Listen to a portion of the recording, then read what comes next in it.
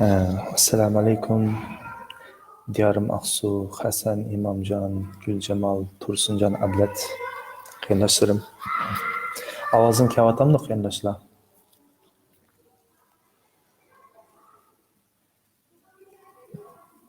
Yaxshi kelyaptimi? Inshaalloh.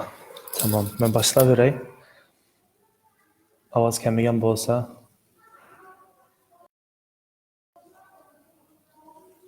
tamam qiyindoshlar. Bugun birinchi bob shuni demoqchi bo'lganim, sizlar menga odam to'g'riliq duolar, tilaklar, amanglar Alloh rozi bo'lsin, rahmat. Ve bütün MeToo Uyghur hashtag qatnaşqanlarga hammalarga rahmat, Alloh rozi bo'lsin. Shuni davom qilaveraylik. Yana bir masala, men abay necha soatdan oldin paylaşib qo'ygandek, MeToo Uyghur qarindoshlar, me boshliq, to boshliq, Uyghur qilmanglar boshliqsiz bo'ldi. Bo'lmasa, u me kelimasi ham hashtag bo'lib o'tadi, shuning bilan bo'lmay qoldi. Ya'ni bizning murod maqsadimizga yetmaydigan bo'lamiz. Muxbirlar bilan ko'rishib davom qilyapmiz ishlarimizni, alhamdulillahi robbil alamin. Endi bugun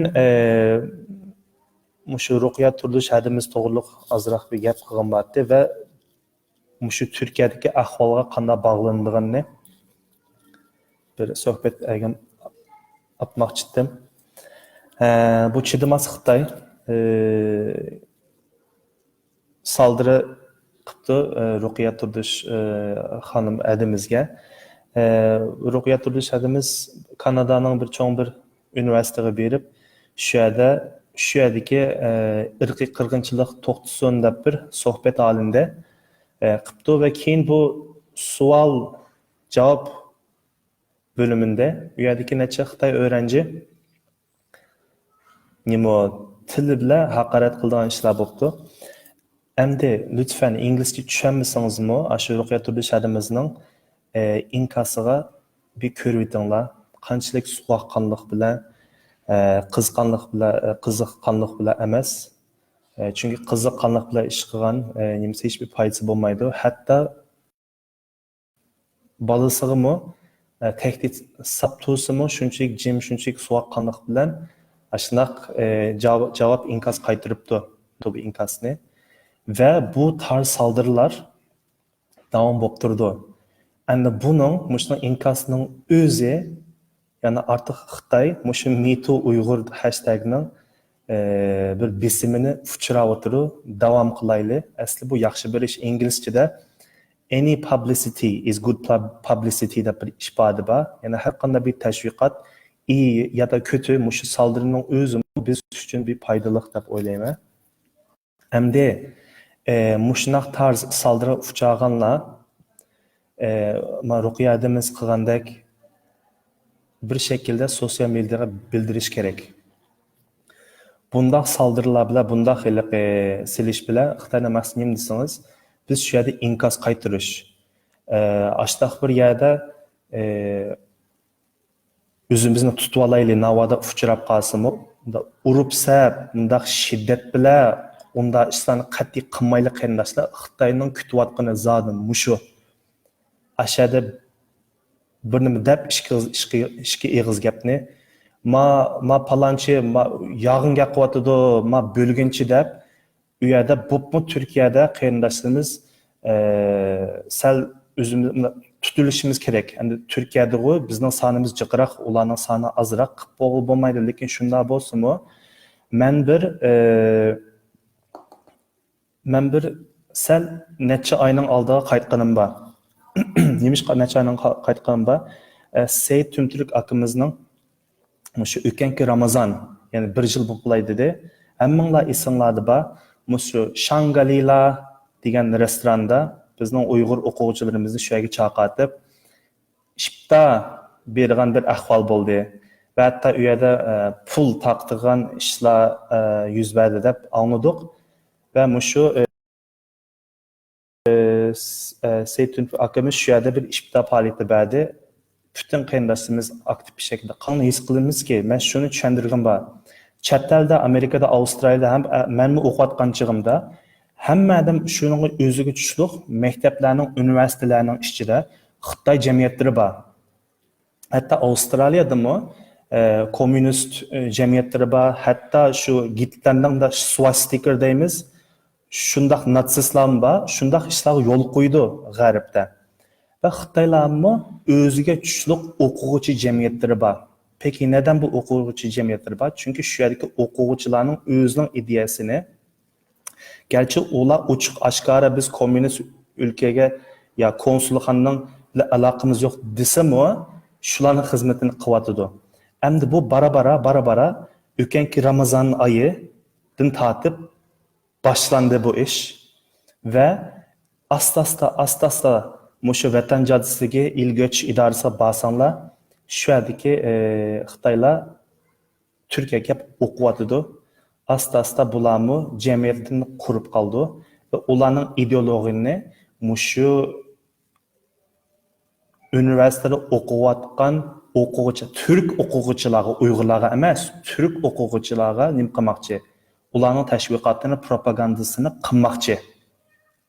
Ve bunu o'tganki yili men hozir deb tushunmay meni tuniydiganlar qaysi universitetlerde 5-6 yilning yoqi ishlayotganini biladi ve shu yerdagi o'quvchilarga referans bo'lib qanday yordamchi qilganini biladi. Üniversitelerning ismidan deb tushunmay, lekin mushtaq saldirib bo'layotganlar ve mushtaq nima Xitoy mushtaq Xitoy o'quvchi jamiyatini qurmoqchi bo'lganlarni bo'lsa, agar o'zlari nim qila olsa, shu yerdagi turishliq mayli qaysi maktabingiz bo'lsin, Istanbulda bilamdi, hatto Kastamonuda jiq Uyg'ur o'quvchilarimiz bor. Shu yerdagi rektor bey, rektor xonimga bildirish kerak. Agar bildiramizsa, bizning mishadagi tashviqot tashkilotlarimiz bor. Shularga deyish kerak ve shular bir şekilde cevap versin. Yoki bo'lmasa o gapni menga yetkazinglar.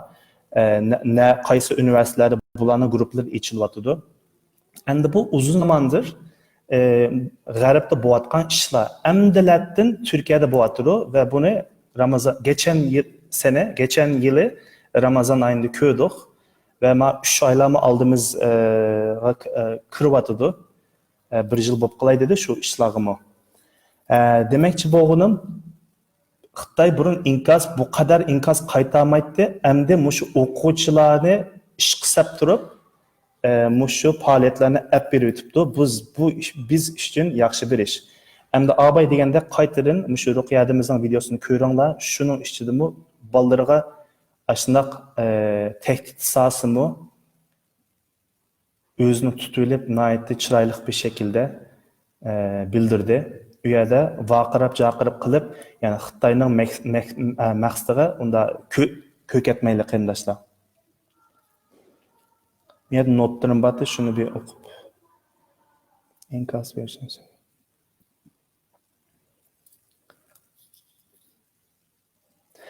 Yaqinda endi bir hayit inson vatanga berib Türkiye'den tekshirish olib borgan o'xshaydi. Endi bunda narsa qanday sonuçlandırdı, qanday ishlar bo'ldi, biz oldimizgi vaqtlarda ko'ramiz.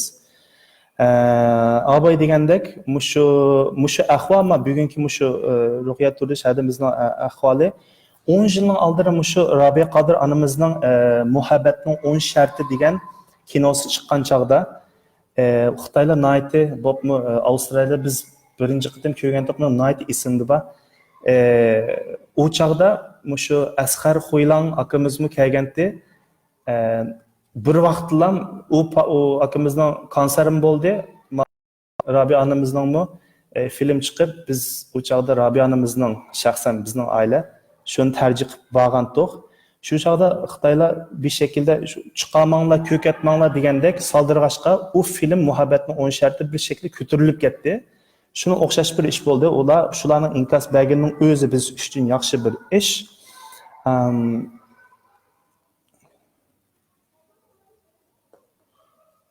Shu qadar qarindoshlar. Oldimizda yana mushu Me Too Uyg'urga chetishlik, bog'liqlik bir faoliyatlar olib bormoqchi. Ko'risizlar uni hozircha bilimi deb turmay. Bo'ldi qarindoshlar, mushu amonba taqtinglar. Demek Xitoy endi canlı başladık mana.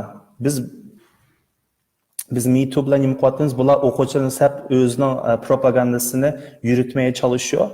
İnşallah g'alaba qilamiz. Duo qilaylik qarindoshlar. Taqtishinglarni umid qilaman. Assalomu alaykum va rahmatullohi va barakatuh.